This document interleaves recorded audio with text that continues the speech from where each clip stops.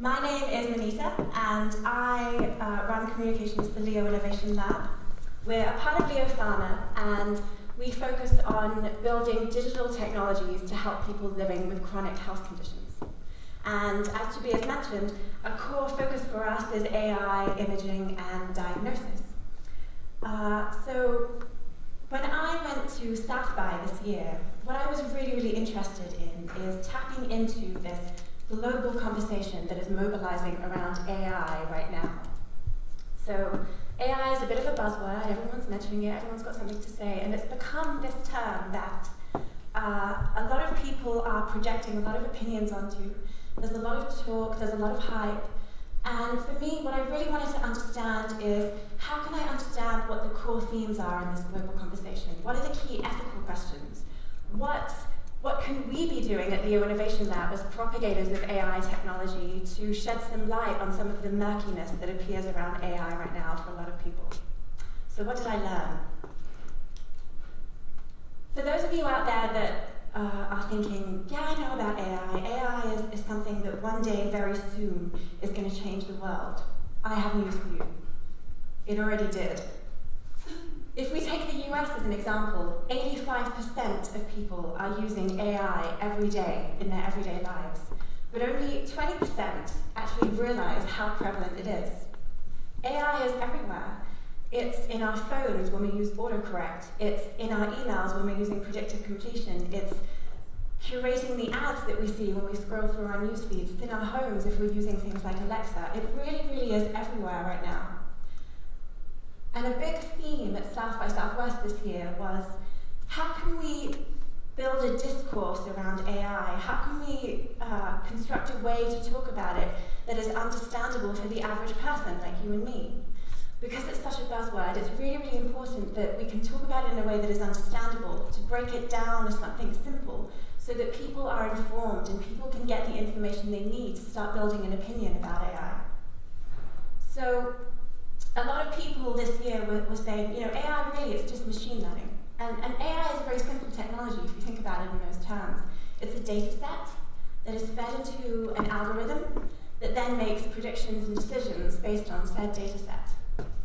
Now, I come from a background in social media technology, and I know that if you had said to a lot of business leaders 10 years ago that Facebook would be pivotal to their business growth, they probably would have laughed at you.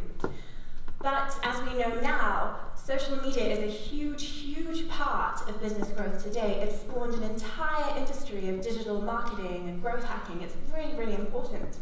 And something that I learned at South by this year is we're definitely heading towards that same direction with AI technology.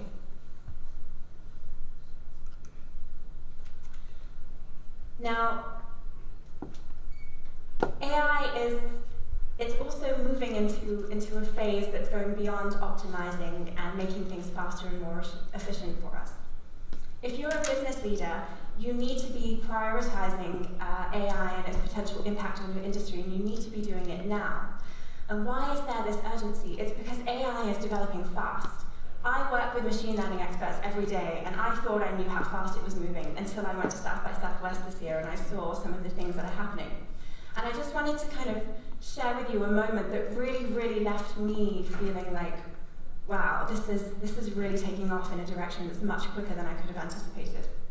So I was lucky enough to attend a talk that was presented by some of the leading sort of pioneers in AI technology today. One of them was a representative from Google AI, and I'll just share it with you. He played a piece of music that had been created by an algorithm. I'll let you listen to it first, and then I'll tell you about it afterwards. But as you're listening to this, I just want you to remember that this was generated by an algorithm, a machine, not a human being. Hopefully this works.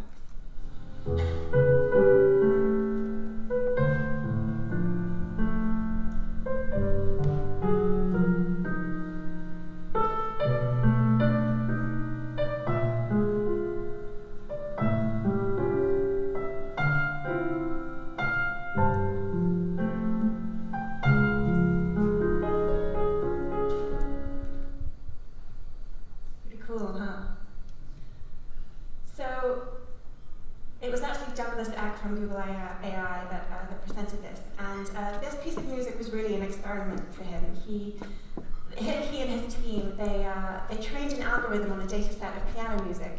And the experiment was to see if the algorithm could mimic human artistic expression. Now, I come from a musical background. I took 5 years of piano when I was younger, and I couldn't do that. So when I left this talk, honestly, I was a little bit scared. I thought, should I be afraid? Are we moving into a phase right now where when I turn on the radio, I'm not going to know if it's a human playing the song or if it's a machine? The answer to should we be scared, for me, is no. And the reason is this. I saw a lot of examples, and I do see a lot of examples in my job every day, where AI is capable of doing a lot of good for the world.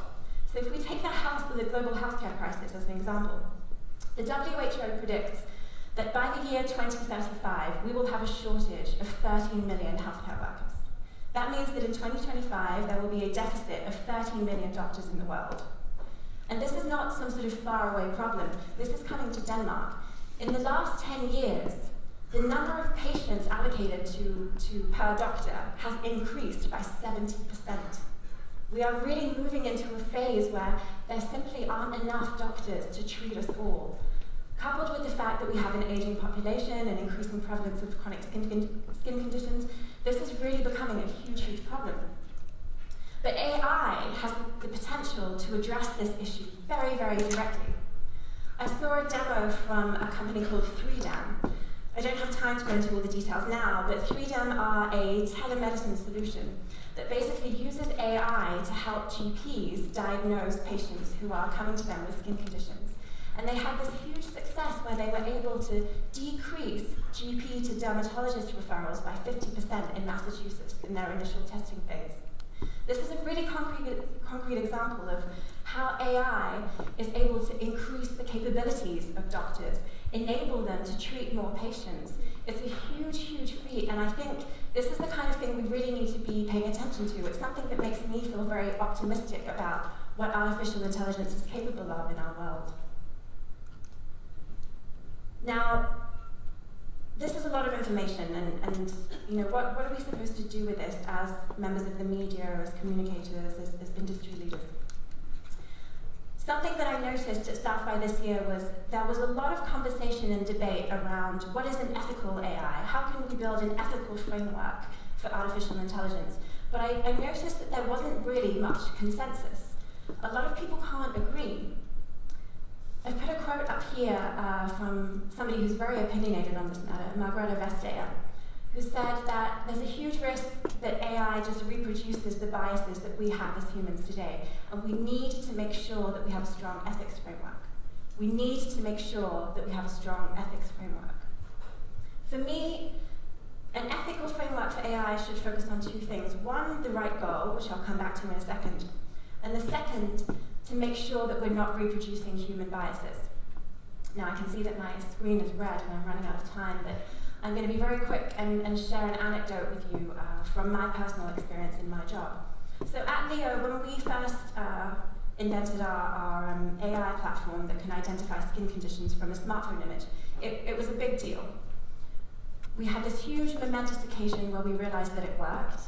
We thought, wow, now we have this platform on a smartphone, you can point it at someone's skin and it can tell you whether they have psoriasis or atopic dermatitis, and this is huge. And if the goal for us as an organization was just to develop AI for the sake of it, to make sure that we're staying ahead of the curve in our industry, then we could have stopped there.